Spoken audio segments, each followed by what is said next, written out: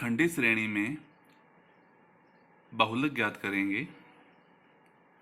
वैसे तो हम बहुलक खंडित श्रेणी में दो विधियों से निकाल सकते हैं। पहली है निरीक्षण विधि और दूसरी है समूहन विधि। निरीक्षण विधि में तो हम खाली देख के बता सकते हैं कि कौन सा मद ज़्यादा है, सबसे बड़ा है, वो हमारा बहुलक होता है। लेकिन जो समूहन विधि है उसमें उसकी आवश्यकता क्यों पड़ी कि कई बारी हमारे पास जो श्रेणी है उसमें दो या तीन या ज़्यादा बहुलक आ जाते हैं, तो हम समूहन विधि का इस्तेमाल करते हैं। या फिर आवर्तियां अनियमित रूप से कभी बढ़े और कभी घटे, या फिर अधिकतम आवर्तियां केंद्र में न बैठी हों बल्कि श्रेणी के किनारों पे नजर आए, मतलब या तो बिल्कुल ऊपर हैं या बिल्कुल नीचे स्थित हैं। इसके अलावा अधिकतम आवर्तियों के एक ओर की आवर्तियां उसके दूसरी ओर की आवर्तियों से बहुत भिन्न हो, तो उस स्थिति में हम खंडित श्रेणी में बहुलक समवन विधि द्वारा ज्ञात करते हैं। समवन विधि को भी हम दो तालिकाओं के द्वारा प्रस्तुत कर सकते हैं। पहला है समवन सारणी और दूसरी है विश्लेषण तालिका। अब हमारे पास जैसे इसमें होता क्या है कि x और f दिया होता है। x हमारे मद हैं और f हमारी आवर्तियां हैं। तो समवन सारणी में हम क्या करते हैं कि हम 6 खाने बना लेते हैं, पहला, दूसरा, तीसरा, चौथा, पांचवा और छठा, और इसी में हम फिर इन आवर्तियों को जोड़ते हैं। जैसे जो पहला कॉलम है हमारा उसमें जो फ्रीक्वेंसीज है वही बन जाएगा। दूसरी में क्या होगा, पहले और दूसरे का जोड़, पहली और दूसरी आवर्ती का जोड़, फिर तीसरी और चौथी आवर्ती का जोड़, फिर चौथी और पांचवी आवर्ती का जोड़। तीसरे कॉलम में दूसरी और तीसरी, मतलब पहली फ्रीक्वेंसी को छोड़ के दूसरी तीसरी, जैसे 8 और 21 का जोड़ 29, 6 और 4 का जोड़ 10।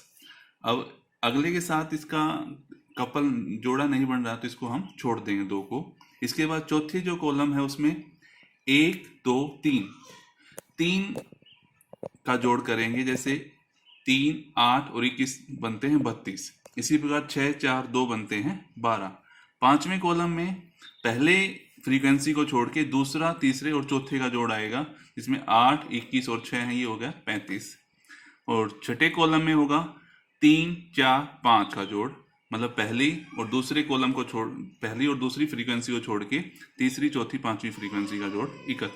ये हमारी बनी समूहन सारणी। इसके बाद हम बनाएंगे विश्लेषण तालिका। इसमें होता क्या है, विश्लेषण तालिका में है कि यह तालिका मद की अधिकतम आवर्ती ज्ञात करने के लिए बनाई जाती है। अब हम देखेंगे कि ये किस प्रकार बनाई जाती है।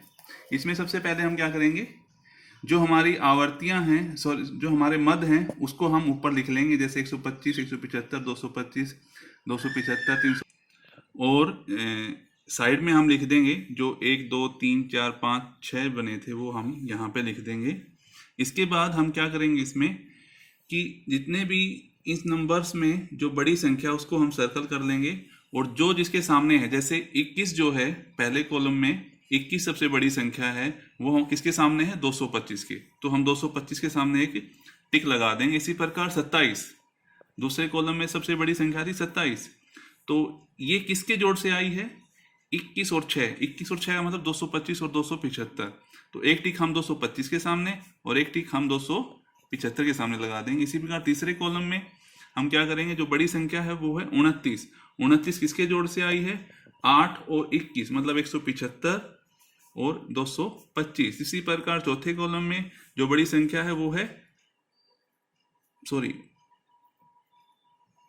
32 है चौथे कॉलम में, जो किसके जोड़ से बनी है, 1, 2 और 3, मतलब 125, 175 और 225 के जोड़ से।